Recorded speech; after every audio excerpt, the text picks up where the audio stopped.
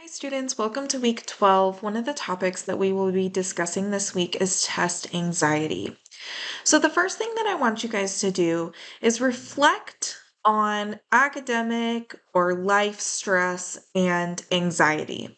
So take a look at these questions and either write them down in your notes, your answers, or just kind of ponder them in your own head. What causes you academic or life stress or anxiety, right? So, is it um, getting a perfect grade on an assignment? Is it passing the class? Is it taking a test? Is it the amount of work that you have to do? Maybe it's, the type of reading that you have to do. Maybe that causes you stress or anxiety. And think about what happens, what symptoms do you feel when you experience that stress or anxiety? Do you get sweaty palms? Do you feel your heart rate, starting to go up? Do you get kind of restless, pacing back and forth, that type of thing?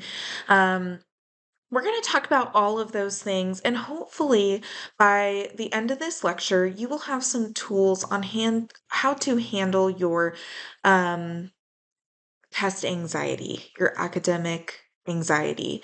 And we talked about this, in our instructor appointments, how a lot of people struggle with test anxiety, but it's not often spoken about. And so I hope that, by the end of this lecture, you won't feel so alone with the test anxiety that you might be experiencing. Okay. So let's take a look first at the difference between stress and anxiety. So, first, stress is a physical or mental tension in response to a trigger. And that can be something external, maybe something that happens to you, or maybe your own thoughts that can cause you to have stress. And when you are stressed about something, it's usually in proportion to whatever is causing um, that stress, whatever the trigger is, whether it's something external or internal. Anxiety, on the other hand, is a response to fear, uncertainty, doubts about something that's causing you stress. Okay, so often anxiety stems from stress. And that will turn your stress into a bigger worry. And I really want to emphasize that, I'm not a medical professional, and I'm not going to speak on anxiety disorders. However, if you would like to get connected to, some resources at LBCC, um, if you are looking for some anxiety management for anxiety disorders, I'd be happy to connect you to that. But I really want to emphasize I am not a medical professional. This is not about like a general anxiety disorder. This is specific to academics. Okay. So like I said, test anxiety is more common than you think. Um, a lot of people experience test anxiety. Think about what happens when you sit down and you take a test. Are you someone, who your heart rate gets elevated? Maybe your breathing is a little bit faster, maybe you have sweaty palms, whatever that might be. It's very common, and that's okay. And there really is good anxiety or good stress, and then there's bad stress, which can really turn into anxiety. And so we'll talk a little bit about that today. Um, and so I just wanted to emphasize this point here. If you keep doing what you've been doing, you're going to keep getting what you've been getting. So if you keep doing what you're doing with your tests and you continue to have that anxiety, nothing's going to change.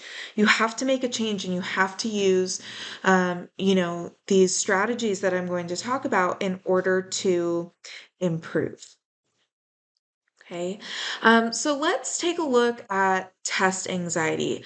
What are some reasons for test anxiety? Well, it might be a lack of preparation. Maybe you didn't study enough, right? Um, you didn't do your assignments. You didn't do the study guide that your instructor provided for you. Maybe it's a fear of repeating past failures, right? Maybe you took a similar class, say in high school, or maybe you're coming back to college and you took classes before, and maybe you're repeating a class. That can cause anxiety for sure. Anything that is unknown, right? Usually, when you walk into a test, you don't know what you're going to experience or what you're going to see on that test. The stakes, right? A lot of times in college classes, the stakes are very high for your tests. Maybe in high school, you could skate by just doing well on your homework because you would get 100% on your homework. But there truly are college classes out there where everything, your entire grade is based on the tests that you take. I certainly took classes like that as a student, and that created a lot of test anxiety for me. And not only were those tests the only part of my grade, but they were also written exams. And we had to bring a blue book to class. And we had to write, these essays in class, and that was our entire grade. So, that caused me personally a lot of anxiety, the stakes of that, knowing how much it would affect my grade. Maybe you have a fear of failing the test, or maybe it's such high stakes that failing the test means that you could fail the class. Maybe if you don't do well, if you do fail, you could potentially lose financial aid. And then also maybe just disappointing yourself or others. And we are often our own worst critics. Usually, you know, many people are not as critical of us as we are of ourselves. And so we don't want to disappoint ourselves. Or maybe you don't want to disappoint your parents or your instructors or, whoever you feel like um, you're is looking up to you because you're going back to college, right? Maybe you don't want to disappoint them if you don't do well. And so all of those things can be reasons that you have test anxiety. So, what are some of the symptoms? Well, we can have physical, emotional, and mental symptoms. The physical symptoms that you might experience, and this is not everyone, you might have sweaty palms, nausea, increased heart rate, tension, tightness, headache, maybe shaking. When I get kind of anxious, I can't all kind of move my leg up and down, and then that stresses other people out, right? Or maybe your hands are shaking, something like that. Maybe if you get test anxiety, you can become angry and frustrated. Maybe you are like, I don't know why I can't do this. You know, we didn't go over any of this in class. I've heard that many times as a teacher for many, many years. We didn't even talk about this. And it turns out that the student wasn't paying attention. And yes, we did in fact talk about it, but it can kind of exacerbate those feelings of anger and frustration. But then it could potentially lead to something as serious as depression, right? Especially if you have this fear of disappointing yourself or others. You can maybe tell yourself, I'm not good enough. There's no way that I'm going to pass this test. I shouldn't even be in college, right? All of these terrible things that are just not true. But those are one of the symptoms that you can experience when you have test anxiety. You could also have self doubt. You could blank out. This is actually something that would happen to my youngest sibling. When she would take tests, she had pretty severe test anxiety, and she really struggled when she was in high school. And she would sit down and take a test, and she couldn't remember anything that she studied, even though she had studied well.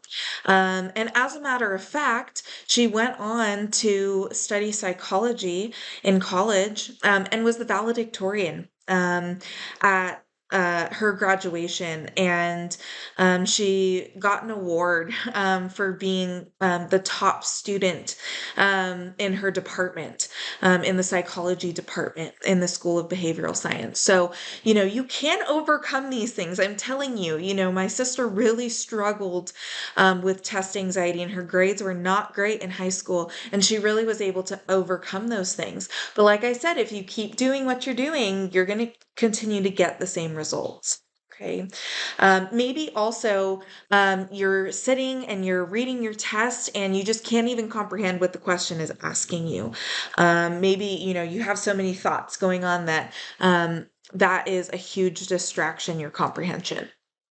So, how do we manage test anxiety? We have why we would get test anxiety. We have the symptoms. So, what are we going to do about it?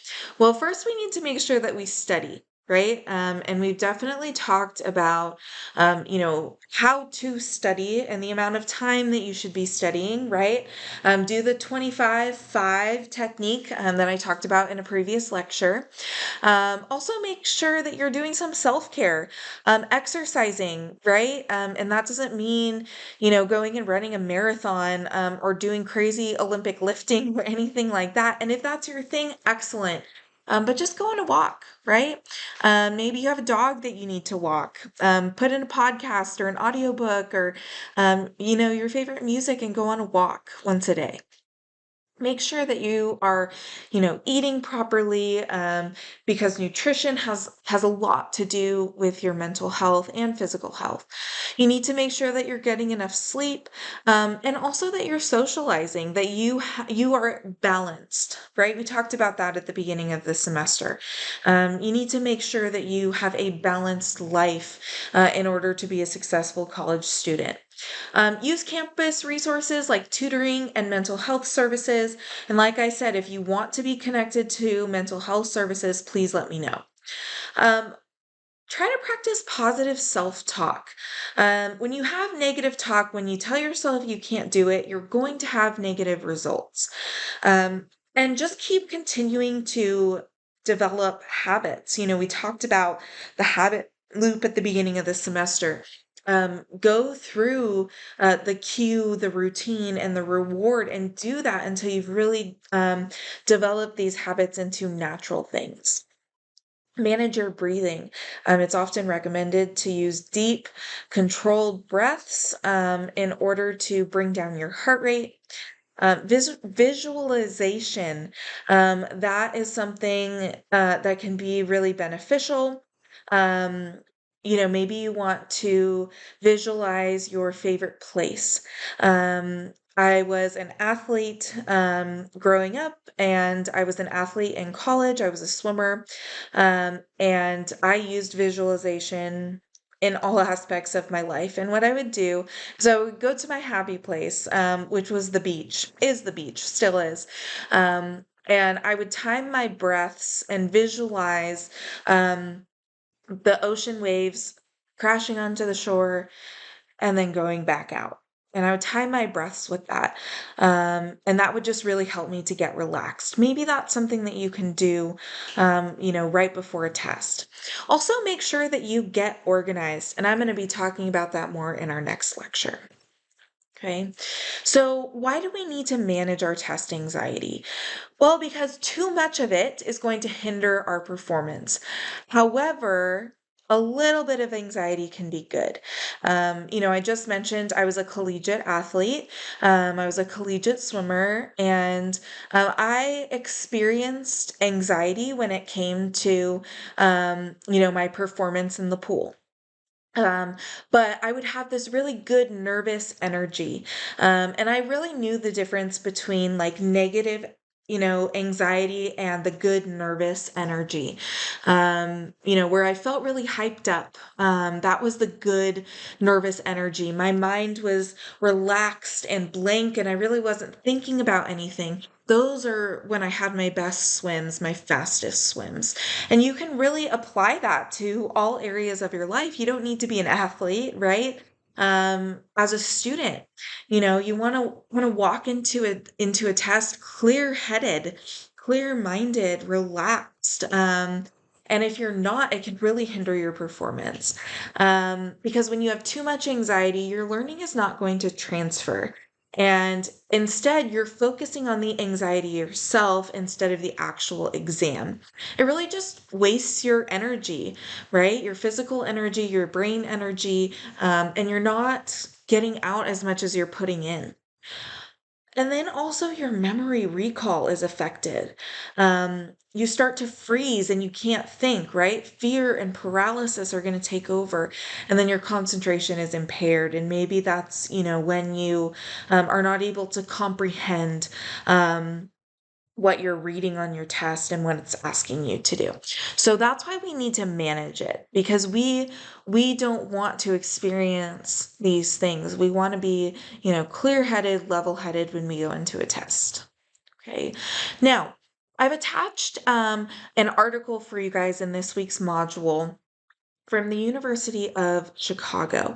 And this study shows that doing a 10-minute worry or fear dump right before you take a test earns students 1 grade point higher. Now, what is a worry or fear dump?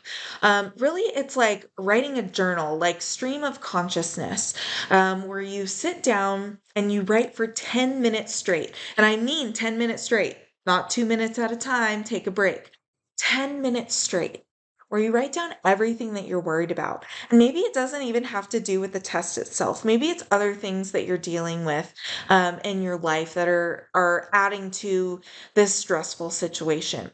And when students did that, they were earning higher grades. And so this week, you guys are going to be taking quiz number 3, and I want you to try this out. I want you to go and I want you to read this article that I've attached in the module from the University of Chicago. And I want you to try this technique before you take your quiz, quiz number 3. And I would be interested to hear how that ends up going for you guys. Okay.